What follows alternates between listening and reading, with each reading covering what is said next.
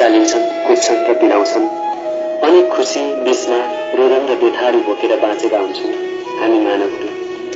केही आशा हुन्छन्, केही उद्देश्यहरू हुन्छन्, कति पूरा हुन्छन्, कति हुँदैनन्। अधुरा चाहनाहरू पूरा हुने इच्छामा क्षतितिर निहालिरहन्छौँ हामी। ती पनि कति पूरा हुन्छन्, कति हुँदैनन्। जीवनका यिनै सुख दुःखहरू समेटेर हामी प्रस्तुत गर्दैछौँ नाटक मनका तरङ्गहरू। यसलाई ग्यालेरी इन्टरनेसनल मिडिया र रेडियो सेपर्टको संयुक्त प्रयासमा तयार पारिएको हो। नाटक मनका तरङ्गहरूका लेखक तथा निर्देशक श्री सुदीप गर्तौला नदारत हुनुहुन्छ।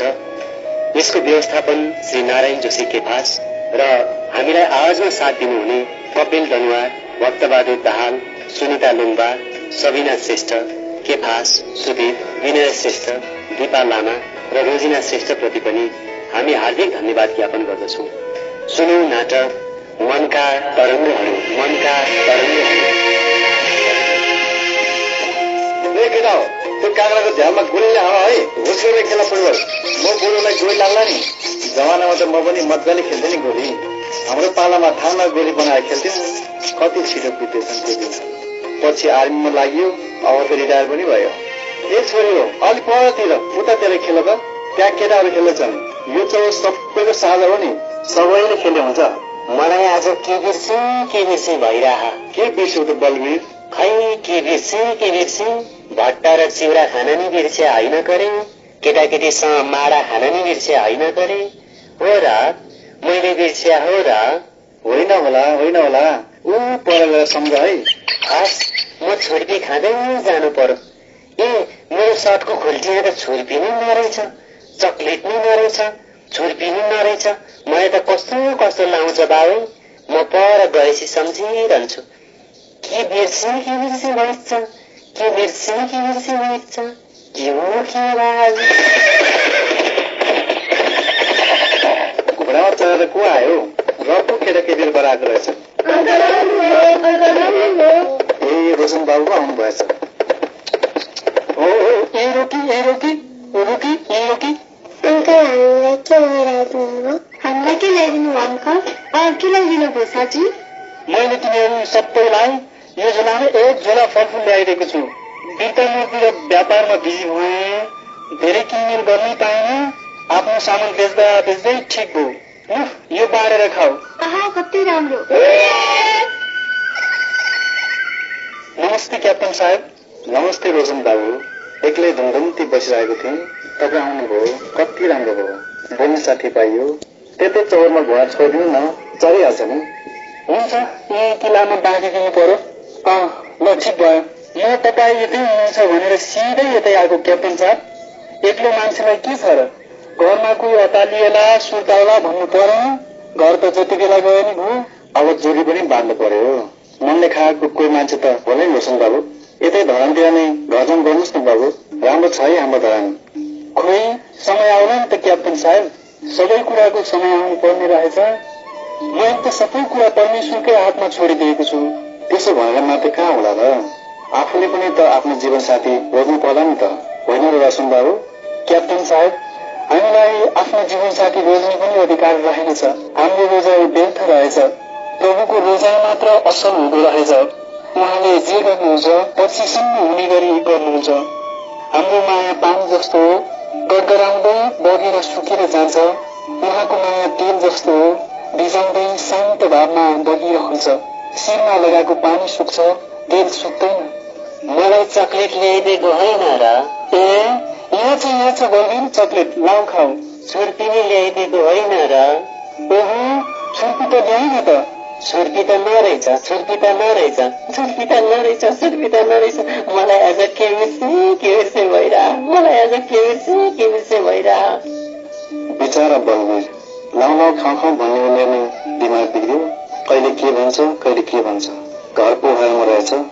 खै केमा चित्त नबुझेर हो घर छोडेर हिँडेछ। पछि त यस्तो पो भयो बिचाराको। बिचारा दही गोजीमा चकलेट रहेछ र दुई, नत्र त कतिचोटि रिसाउँछ पो त, कुट्नै खोज्छ। कतिचोटि त लाग्छ जीवनभरिको गुमाउनु मात्र रहेछ। बाल्यकाल गुमाइयो, युवा अवस्था गुमाइयो, बाबुआमा गुमाइयो, अनि के गुमाइयो। पाउँदै गुमाउँदै गरी पाइयो भनेर 2-4 दिन रमाइयो, तर फेरि गुमाइयो।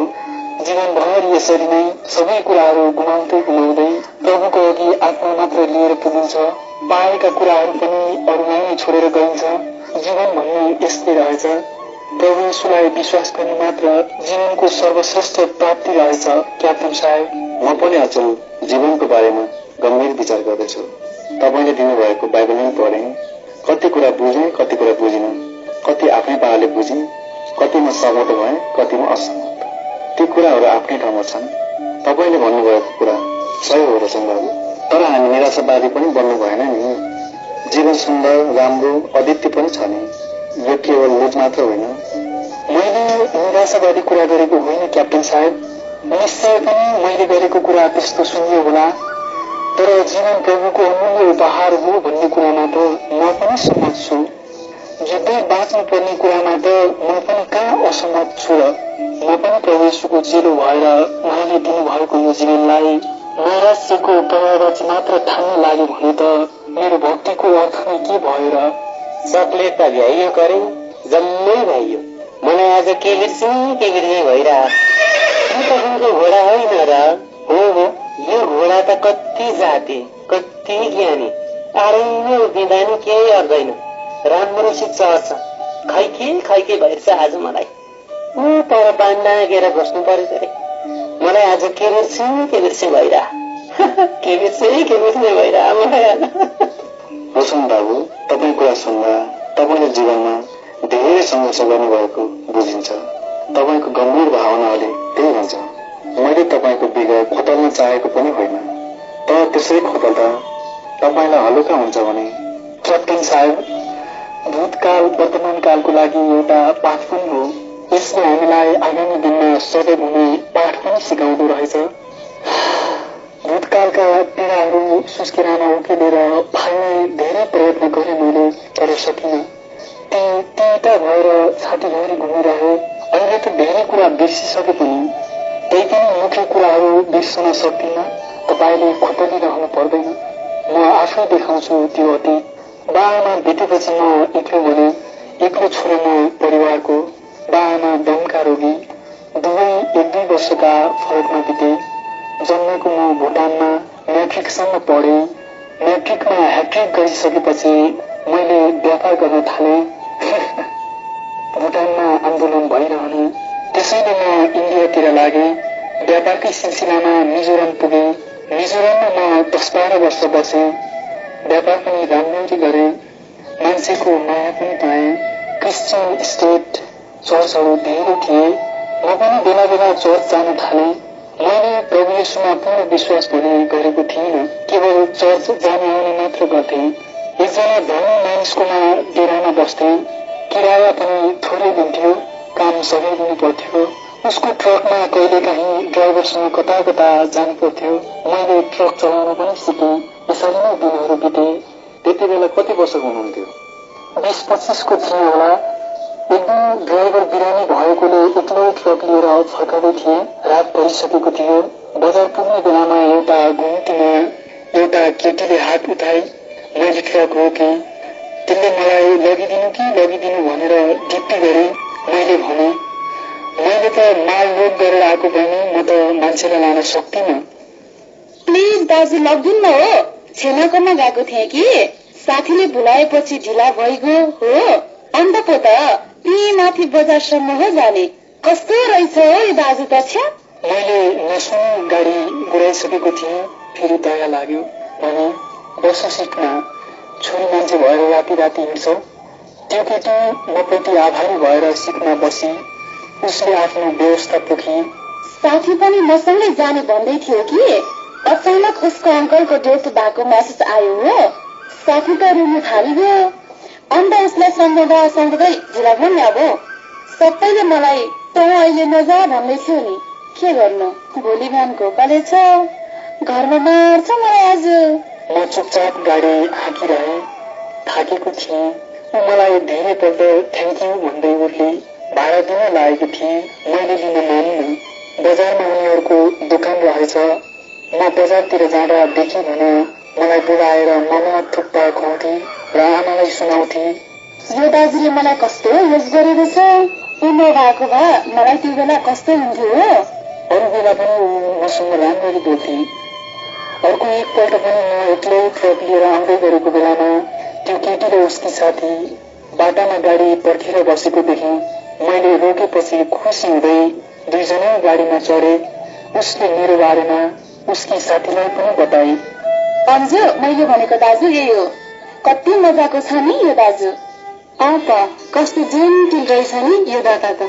सुन्नु न दादा, त्यो दिन यो मेरैबाट फर्केको हो नि, यसलाई नजा भनेको मानेन हो।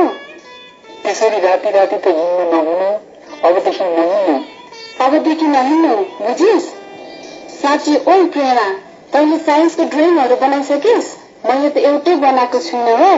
ला, भोलि त सब्मिट गर्नुपर्ने। आज दिनभरि तेरो दोकानमा बसेर बनाउला, नभए त मार्छ नि हो म्यामले। टेस्टमै बस्नु दिन्न भनेर वार्निङ गर्दै थियो अस्ति। उनीहरू पढाइको गफगाफ गर्न थाले। त्यो दिन मलाई प्रेरणाले खाना नखाई जानै दिएन। उसका बाआमाको अनुरोधमा म दिनभरि त्यहीँ बसेँ। उनीहरूलाई बारीको काम पनि सघाएँ। क्रिसमस आउन आँटेको थियो। मान्छेहरू चाड मनाउने तयारी गरिरहेका थिए। चर्चहरू फुल, तारा, कागज पत्र र लाइटहरूले सिगारिएका थिए। क्रिसमस ट्रीहरू बनाइएका थिए। क्यारलका प्र्याक्टिस गर्दै थिए मान्छेहरू। घर घरै क्रिसमस सङ गुन्जिरहेका थिए। चिसो थियो। म घाम ताप्न बजारदेखि परको डाँडामा गएँ। टाढाबाट क्रिसमस गीतको ध्वनि बतासले हुत्याएर ल्याइरहेको थियो। बेला बेला चर्चतिर घन्टी बजेको सुनिन्थ्यो। म के सोच्दै एक ठाउँमा बसिरहेको थिएँ। अचानक कुनै परिचित स्वर सुने। मैले पछाडि हेरेँ, प्रेरणा थिए। मैले भने, म त त्यत्तिकै घाम ताप्न आएको। अरे, तपाईँ पनि आउनु भएको? जाडो लाग्यो। साँच्ची कस्तो जाडो हुन्छ नि आजकल। अनि तिमी कता गएको कि इस्मा आएको? म त यहाँ फुल खोज्नु पो आएको त। कोही साथी पाइन कि जम्मैले घर डेकोरेसन गरिसक्यो हो। मैले गर्नै पाएको छैन। अघि मात्र फुल खोजेर ल्याएँ, कम्ती भयो नि हो। थाहा छ, मलाई त यस्तो फुल कति मनपर्छ। रहेछ नि त फुल। हगि, आहा कति राम्रो नि। त्यो दिन सघाउनु न ल। आज घर डेकोरेसन गरेन भने मलाई जम्मैले कार्टुन बनाउँछ। यसरी पटक पटकको भेटघाट र सामिप्यमा म प्रेरणासँग साह्रै नजिक भइसकेछु क्याप्टन साहेब। किन मैले उसलाई भुल्नै सकिनेछु। ट्रक लिएर आउँदा म उसलाई बाटोतिर देखिन्छ कि भनी हेर्थेँ। उसको कलेजको छेउतिर जाँदा पनि मेरो मुटु अतालिन थाल्थ्यो। मेरो होस नै ठेगानमा नभए जस्तो लाग्थ्यो। सोचेँ, एकपटक मेरो मनको कुरा उसलाई भन्नु पर्ला। आखिर मलाई पनि त एकजना जीवनसाथी चाहिएको थियो। त्यसपछि के भयो रोशन बाबु? हाम्रो व्यापार बढ्न थाल्यो। कामको लागि चारैतिर दौडधुप पुर्याउनु पर्ने भयो। म केही समयको लागि कलकत्ता गएँ। कलकत्तामा नयाँ फ्याक्ट्री खोल्ने हाम्रो साहुको योजना थियो। उनको त्यो कदममा मैले साथ नदिनु अन्याय हुन्थ्यो। त्यसैले म कलकत्तातिर लागेँ। फ्याक्ट्रीको निर्माण जोडतोडले भयो। करिब 6 महिना बिताएपछि काम सुरु गरियो। हामी सबै खुसी भयौँ। मेरो आम्दानी पनि लगभग दोब्बर भयो। सोचेँ, अब निजो फर्केर प्रेरणालाई सबै कुरा भन्नु पर्यो। ऊ मलाई पक्कै पनि पर्खिरहेको होली। आउने बेलामा खबर पनि गर्न सकिएन। फेरि अर्को मनले भन्थ्यो, ऊ त्यत्रो पढेको केटी, खानदानी, म म्याट्रिक पनि पास गर्न नसकेको मान्छे, ड्राइभर, उसले के बिहे गर्ली र मसँग? उसलाई चाहने माग्ने कति होलान् कति। यसरी नै म व्यवहारमा रुमल्लिरहन्थेँ। भोलिपल्ट म निजो फर्किनु पर्ने। प्रेरणालाई केही लगिदिने इच्छा भयो, तर के किन्ने? रुमाल, सल, स्कार्फ के किनिदिने? फेरि उसले मन पराउने के भन्ने? म फेरि अल्मलिएँ। म बसमा चढेर कहिले हाउडाको पुलपारी पुगेँ, कहिले सर्ट लेकतिर लागेँ। सर्ट लेकमा विद्यार्थीहरू फुटबल खेल्दै थिए। ती विद्यार्थीहरूलाई देख्दा फेरि मलाई प्रेरणाको याद आयो। म कलकत्तामा यताउता घुमिरहेँ। सम्झे उसले फुल मनपर्छ भन्थे। त्यसैले फुल पसलबाट प्लास्टिकको सुन्दर फुलदानी र फुल किनेर झोलामा बोकेँ। फर्कन लाग्दा निजोको एउटा पुरानो साथी भेट भयो। ऊ अहिले यही एउटा अफिसमा काम गर्दै रहेछ। ऊ मलाई देखेर साह्रै खुसी भयो। अन्त निजो कहिले फर्किन्छौ? म त सरप्राइज भएको नि हो तिमीलाई यो जग्गामा देखेर। म भोलि फर्कन्छु। मेरो कमरा यहाँ नजिकै छ कि, एकछिन भए पनि जाउँ हो। एक प्याला चिया खाएर तिमीले मलाई सरप्राइज देऊ। आगो म पनि तिमीलाई सरप्राइज दिन्छु। होइन मदन, म त भोलि बिहानै जान्छु। साँझ पर्न लागिसक्यो। कोठामा मैले केही सामान मिलाएकै छैन, मिलाउनु पर्ने। तिमीतिर जाँदा ढिलो हुन्छ फेरि। यस्तो रड्डी चाहिँ नगर्नु हौ रोशन, के को ढिलो हुन्छ? 5 मिनटै पुगिन्छ नि। म पनि मेजोमा घरतिर गयो भने सानो चिठी लेखौँ ल, चौर जाउँ। मैले उसको आग्रहलाई टार्न सकिनँ। चुपचाप उसको पछि लागे। त्यत्रो अफिसर भएर पनि साथी भनेको साथी नै हुँदो रहेछ। उसलाई मैले चिनेको बेलादेखि ऊ जागिरको खोजीमा थियो। बेला बेला मात्र भेट हुन्थ्यो। अहिले राम्रो जागिर पाएछ। कलकत्तामा ऊ धरमतला निरै बस्दो रहेछ। उसले घरको घन्टी बजायो। ढोका खोल्ने एउटी युवती निस्किने बित्तिकै उसले भन्यो, सरप्राइज दिनु भनेको यही हो रोशन। ऊ मेरो वाइफ प्रेरणा। प्रेरणा ऊ मेरो साथी रोशन। क्याप्टन साहब, म यो दर्दनाक क्षणलाई कसरी प्रस्तुत गरौँ? मेरो सपना बदाबुङ्गो बनेर मेरो अगाडि उभिएको थियो। म त्यहाँबाट भाग्न चाहन्थे, उम्किन चाहन्थे, तर त्यस्तो गर्नु पनि सकिनँ। के गल्ती थियो मदनको? उसलाई मेरो बारेमा के थाहा? प्रेरणालाई पनि त मेरो चाहना र भावना के थाहा? म अटल र अचल बनेर उभिरहेँ। प्रेरणा बोली, म चिन्दिनँ भनेको दाजुलाई। रोशन दाजुले मलाई कस्तो हेल्प गर्नु भएको छ। दाजु, मेरो बिहामा तपाईँलाई कति बोलाउन खोजे, नभेटेपछि मुडै अफ थाहै नगरी हिँड्ने हो। ल हेर, दुवैजनाको पहिलेदेखि नै चिन्जान थिएछ। हे रोशन, खाना नखाइकन जान पाउँदैन है आज तिमी? आज उहाँलाई यहाँ देख्दा अचम्मै लाग्यो नि हो मलाई। औ मान्छे, कहाँ भेट्नु भएको उहाँलाई? उता हो? पर धरमतलामै भेटेको नि। म त लास्ट भएको नि हो। अन्त बरबजारबाट फर्कदै थिएँ कि धरमतलामा उसले देख्दा त ट्वाँ परेर हेरेकै भएको हौ। त्यो झोला यहाँ भुइँमा राख न रोशन, कति बोकेको। लु भन त, तिमीलाई मैले सरप्राइज दिन त? साँच्चै सरप्राइज नै दियौ नि त मदन तिमीले मलाई। खै त्यो झोलामा हेरौँ त के छ। ला, खोल्नु हुन्थ्यो कि हुँदैन थियो, खोलिहाले। अबु कति दामी फुल, हेर्नु न। कसको लागि किनेको? शादीकै चक्कर छ कि क्या हो तिम्रो पनि? लक्ष्य छ कि क्या हो? छिटो गर है, छिटो गर। होला होला, हामीलाई पनि बोलाउनु पर्छ है। हामीले हाम्रो बिहामा बोलाउनु नखोजेको होइन। तपाईँ आफै त्यहाँ नभएपछि के गर्नु? जतनले जोगाइ राख्नुहोस् ल यो फुल, पछि भाउजूलाई दिनु। खै झोलाको चेन लगाइदिउँ। साह्रै उम्किन खोजे पनि खाना खाएर मात्रै उनीहरूले उम्कन दिए मलाई। म लाचार, असानी र बेकार बनेर सडकमा निस्किएँ। साँझ परिसकेको थियो। मेन स्ट्रिटको नजिकै एउटा चर्चमा कसैको मृत्यु समारोह गरिँदै थियो। मान्छेहरू लाइन लागेर लासमा फुल चढाउँदै थिए, भजन गाउँदै।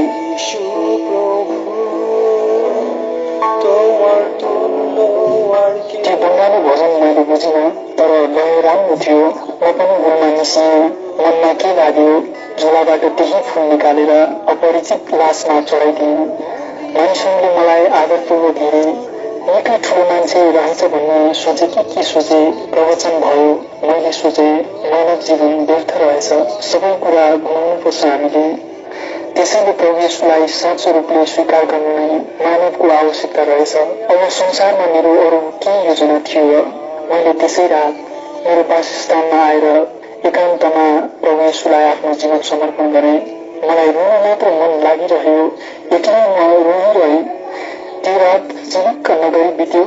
चर्च जानु, चाडपर्व मनाउनु, क्रिस्चियन रीतिरिवाज मान्नु वा क्रिस्चियन धर्म मान्नु नै यीशु प्रभुमा विश्वास गर्नु होइन रहेछ भन्ने मैले थाहा पाएँ। मलाई मिजोरम जान मन लागेन, कलकत्तामा पनि बस्न मन लागेन। तिनै साउले मलाई सिलगढी पठाए। त्यहाँ केही समय बसेपछि म यतै नेपालतिर आएँ। अहिले यहाँ आएको त कति पो भएको छ र? तपाईँको कथा सुने रोशन बाबु, तपाईँको बडो मार्मिक कथा पो रहेछ। त्यसैले पो भन्नुभएको रहेछ जीवन साथी चाहिँदैन अधिकार प्रभुलाई मात्र छ भनेर। के बिर्से भन्ने त मैले छुचुम्रो मार्नु पो बिर्सिएर छु। अघिदेखि मैले छुचुम्रो मेरो पाइन्टको खुल्टीमा हालेर घुचिदिरहेको थिएँ। यो चुप गर्दै यहाँ त फराल्छ कि भनेर कत्रो डर थियो। फरालेको रहन्छ गरे, यसैलाई मार्नु पो बिर्सिएर छु। अघि आधी मारेको थिएँ, अब पुरै मार्छु। यही चप्री खोलेर हानेर मार्छु। हेर्दा ला जा। चप्पीले हान्छु मैले यसलाई। ला जा अझ हेर गनाएको कि बसाएको हो। हेर गनाएको कि बसाएको एक सोचौँ र लखा